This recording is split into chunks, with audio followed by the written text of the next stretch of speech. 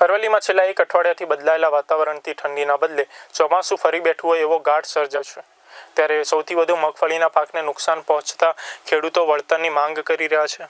જિલ્લાના મોડાસા, બાયડ, ભિલોડા, મેઘરજ તાલુકામાં સતત કમોસમી વરસાદથી ખેતરમાં પડેલી તૈયાર મગફળી ઘર સુધી પહોંચવાના બદલે વરસાદી પાણીમાં ફેરવાઈ ગઈ હતી।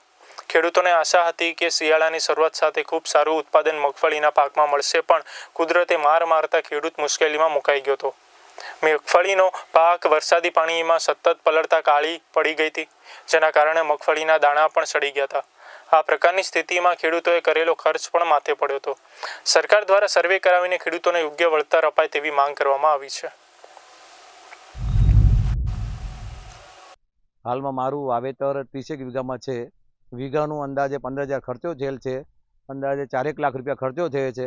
અમારું મગફળી બિલકુલ હાર્વેસ્ટિંગના તૈયારી જ હતી અને બિલકુલ વરસાદ ચાલુ થઈ ગયેલ। મગફળી બિલકુલ કાળી થઈ ગયેલી, ઉગવાનું જર્મિનેશન ચાલુ થઈ ગયેલ છે। ટૂંકમાં અમારે મગફળીમાંથી છોકરાઓને ફીઓ ભરવાની હતી, ખર્ચા બીજા આર્થિક કરવાના લગ્ન પ્રસંગ આવી ગયેલ, તો છતાં અમારે કઈ રીતે કરવું? હાલમાં અમે સરકાર આના માટે કંઈક વિચારે તો સારું, નકર અમારે મંડળીઓ કેસીસી કઈ રીતે ભરવું એનું પણ તકલીફ છે। હાલ આજે કુદરતનો કેર છે।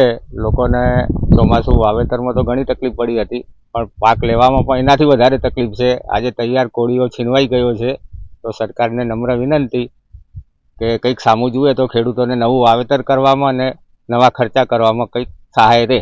અમારે છેલ્લા 3-4 દિવસથી કમોસમી વરસાદ ચાલુ થયો છે। અમારી મગફળી કાઢેલી પલળી ગઈ છે, એટલે અમને બહુ ઘણું બધું નુકસાન છે। કારણ કે કહેવાયું જ નથી નુકસાનનું, કારણ કે મગફળી 4 મહિના રહી ખેતરમાં અને કાઢી અને 3-4 દિવસથી છેલ્લા વરસાદ ચાલુ છે, એના કારણે મગફળીનું ભૂકું પણ હાથમાં આવેલું નથી અને મગફળી પણ કાળી પડી ગઈ છે। એટલે અમારે ટોટલી પાક નિષ્ફળ ગયો એવું જ લાગે, કારણ કે મગફળી આવીને માર્કેટમાં કોઈ ભાવ મળવાનો નથી।